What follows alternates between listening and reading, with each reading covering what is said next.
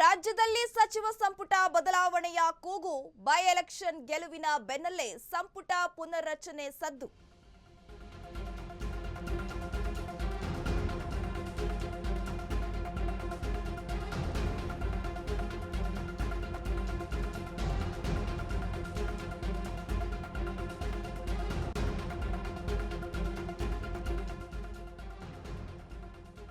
By election ಗೆಲುವಿನ ಬೆನ್ನಲ್ಲೇ ಸಂಪುಟ ಪುನರ್ರಚನೆ ಸದ್ದು. ಕಾಂಗ್ರೆಸ್ನಲ್ಲಿ ಸಚಿವ ಸ್ಥಾನಕ್ಕಾಗಿ ಪಟ್ಟು ಹಿಡಿದಿದ್ದಾರೆ ಸಚಿವಾಕಾಂಕ್ಷಿಗಳು. ಸದ್ಯದಲ್ಲೇ ಪುನರ್ರಚನೆ ಬಗ್ಗೆ ಚರ್ಚೆಗೆ ದೆಹಲಿಗೆ ಸಿಎಂ ಡಿಸಿಎಂ ಹೋಗ್ತಾರೆ ಎನ್ನುವ ಮಾಹಿತಿ ಕೂಡ ಲಭ್ಯವಾಗ್ತಾ ಇದೆ. 5 ರಿಂದ 7 ಮಂತ್ರಿಗಳಿಗೆ ಸಂಪುಟದಿಂದ ಗೇಟ್ ಪಾಸ್ ಕೊಡುವ ಸಾಧ್ಯತೆ ಇದೆ. ರಾಜ್ಯದಲ್ಲಿ ಈಗಾಗಲೇ ಚುನಾವಣೆ ಸ್ಟಾರ್ಟ್ ಆಗುವ ಮುಂಚೆಯೇ ಕಾಂಗ್ರೆಸ್ನಲ್ಲೂ ಕೂಡ ಸಾಕಷ್ಟು ಭಿನ್ನಮತ ಸ್ಫೋಟ ಆಗಿತ್ತು. ಹಾಗಾಗಿ ನಮಗೂ ಕೂಡ ನಾವು ಸಿಎಂ ಆಗ್ತೀವಿ, ನಮಗೂ ಸಿಎಂ ಆಗುವ ಕ್ವಾಲಿಟಿ ಇದೆ ಅಂತ ಹೇಳಿ ಸಾಕಷ್ಟು ಸಚಿವರುಗಳು ಒಂದು ಬೇಡಿಕೆಯನ್ನ ಇಡ್ತಾ ಇದ್ರು. ಆದ್ರೆ ಸಿದ್ದರಾಮಯ್ಯ ಆಗಿರ್ಬೋದು ಅಥವಾ ಅವರ ಬಣದವರು ಇದಕ್ಕೆ ಕ್ಯಾರೆ ಅಂತಿರ್ಲಿಲ್ಲ. ಹಾಗಾಗಿ ಇದೀಗ ಬೈ ಎಲೆಕ್ಷನ್ ಮುಗಿದಿದೆ. ಹಾಗಾಗಿ ಕಾಂಗ್ರೆಸ್ನಲ್ಲಿ ಸಚಿವ ಸ್ಥಾನಕ್ಕಾಗಿ ಪಟ್ಟು ಹಿಡಿದಿದ್ದಾರೆ ಸಚಿವಾಕಾಂಕ್ಷಿಗಳು. ಹಾಗಾದ್ರೆ ಈಗ ಪುನರಚನೆ ಆದ್ರೆ ಸಿಎಂ ಹಾಗೂ ಡಿಸಿಎಂ ಇಬ್ರು ಕೂಡ ದೆಹಲಿಗೆ ಹೋಗ್ಬೇಕಾಗತ್ತೆ. ಅಲ್ಲಿ ಈ ಕುರಿತು ಚರ್ಚೆಯನ್ನು ನಡೆಸಬೇಕಾಗುತ್ತೆ. ಹಾಗಾದ್ರೆ 5 ರಿಂದ 7 ಮಂತ್ರಿಗಳಿಗೆ ಸಂಪುಟದಿಂದ ಗೇಟ್ ಪಾಸ್ ಕೊಡುವ ಸಾಧ್ಯತೆ ಇದೆ. ಭ್ರಷ್ಟಾಚಾರದ ಹಣೆಪಟ್ಟಿಯನ್ನ ತೊಟ್ಟು ಸರ್ಕಾರಕ್ಕೆ ಡ್ಯಾಮೇಜ್ ಕೊಡುವಂತಹ ಸ್ಟೇಟ್ಮೆಂಟ್ ಕೊಟ್ಟಿದ್ದಾರಲ್ಲ, ಅವರಿಗೆಲ್ಲ ಗೇಟ್ ಪಾಸ್ ಕೊಡುವ ಸಾಧ್ಯತೆ ಇದೆ. ರಾಜ್ಯದಲ್ಲಿ ಸಚಿವ ಸಂಪುಟ ಬದಲಾವಣೆ ಸರ್ಜರಿ. ಮಾಜಿ ಸಚಿವ ನಾಗೇಂದ್ರ ಸೇರ್ಪಡೆ ಆಗೋ ಸಾಧ್ಯತೆ ಹೆಚ್ಚಾಗಿ ಕಂಡು ಬರ್ತಾ ಇದೆ.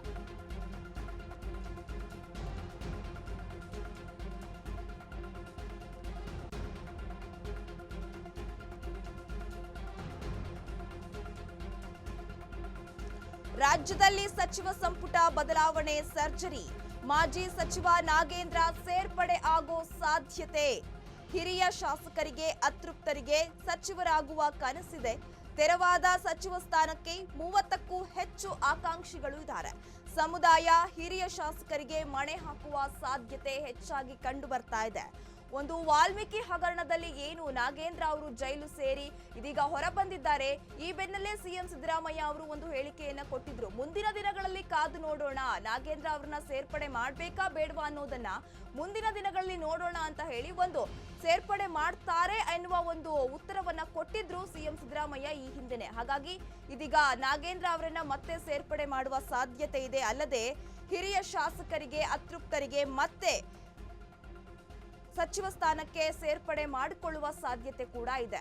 ಹಾಗಾದ್ರೆ ಯಾರೆಲ್ಲ ಇದ್ದಾರೆ ಸಚಿವ ಸಂಪುಟ ಪುನರಚನೆಯಲ್ಲಿ ಆಕಾಂಕ್ಷಿಗಳು ಅಂತ ನೋಡೋದಾದ್ರೆ, ಒಂದು ಬಿ ನಾಗೇಂದ್ರ ಅವರು ಬಳ್ಳಾರಿಯಿಂದ ಅವರು ಕೂಡ ಸಚಿವರಾಗಿದ್ರು. ಆದ್ರೆ ವಾಲ್ಮೀಕಿ ಹಗರಣದಲ್ಲಿ ಬಂಧನಕ್ಕೆ ಒಳಪಟ್ಟಿದ್ರು. ಅದಾದ ಬಳಿಕ ಮತ್ತೆ ಅವರನ್ನ ಇಡಿ ಅಧಿಕಾರಿಗಳು ಬಂಧಿಸಿ ಆದ್ಮೇಲೆ ಅವರು ಬಿಡುಗಡೆ ಆಗಿ ಈಗ ಹೊರ ಬಂದಿದ್ದಾರೆ. ಹಾಗಾಗಿ ನಾಗೇಂದ್ರ ಅವರು ಕೂಡ ಒಬ್ರು ಆಕಾಂಕ್ಷಿ. ಹಾಗಾಗಿ ಮತ್ತೆ ನಾಗೇಂದ್ರಗೆ ಸಚಿವ ಸಂಪುಟ ಸೇರುವ ಒಂದು ಕನಸು ನನಸಾಗುವ ಸಾಧ್ಯತೆ ಹೆಚ್ಚಾಗಿ ಕಂಡು ಬರ್ತಾ ಇದೆ. ಅಲ್ಲದೆ ತೆರವಾದ ಸಚಿವ ಸ್ಥಾನಕ್ಕೆ 30ಕ್ಕೂ ಹೆಚ್ಚು ಆಕಾಂಕ್ಷಿಗಳು ಇದ್ದಾರೆ.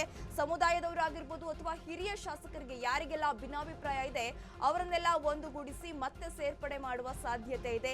ಅಲ್ಲದೆ ವಿನಯ್ ಕುಲಕರ್ಣಿ ಅವರು ಧಾರವಾಡದಿಂದ ವಿನಯ್ ಕುಲಕರ್ಣಿ ಅವರು ಕೂಡ ಸಚಿವ ಸಂಪುಟದಲ್ಲಿ ನನಗೂ ಆಸೆ ಇದೆ ಎನ್ನುವ ಒಂದು ಆಸೆಯನ್ನ ಹೊರಗೆ ಹಾಕಿದ್ದಾರೆ. ಹಾಗಾಗಿ ವಿನಯ್ ಕುಲಕರ್ಣಿ ಅವರು ಕೂಡ ಪ್ರಬಲ ಆಕಾಂಕ್ಷಿ ಆಗಿರೋದ್ರಿಂದ ಅವರಿಗೂ ಕೂಡ ಸಂಪುಟ ಪುನರಚನೆಯಲ್ಲಿ ಸಚಿವ ಸ್ಥಾನ ಸಿಗುವ ಸಾಧ್ಯತೆ ಇದೆ. ಅಲ್ಲದೆ ಬಿಆರ್ ಪಾಟೀಲ್ ಆಳಂದ ಅವರು ಕೂಡ ಲಿಂಗಾಯತ ಸಮುದಾಯಕ್ಕೆ ಸೇರಿದವರು. ಬಿಆರ್ ಪಾಟೀಲ್ ಅವರು ಕೂಡ ಸಚಿವ ಸಂಪುಟದಲ್ಲಿ ಆಕಾಂಕ್ಷಿಯಾಗಿದ್ದಾರೆ. ಅವರಿಗೂ ಕೂಡ ಸ್ಥಾನ ಸಿಗುವ ಸಾಧ್ಯತೆ ಇದೆ. ಅಲ್ಲದೆ ಟಿ ರಘುಮೂರ್ತಿ ಇವರು ಚಳ್ಳಕೆರೆಯವರು. ಹಾಗಾಗಿ ಟಿ ರಘುಮೂರ್ತಿ ಅವರು ಕೂಡ ನಾನು ಸಚಿವ ಸಂಪುಟದಲ್ಲಿ ಸೇರ್ಪಡೆ ಆಗಬೇಕು ಅನ್ನುವ ಆಸೆಯನ್ನ ಹೊರ ಹಾಕಿದ್ರು. ಅಲ್ಲದೆ ಸಂಗಮೇಶ್ ಅವರು ಕೂಡ ಇದ್ದಾರೆ.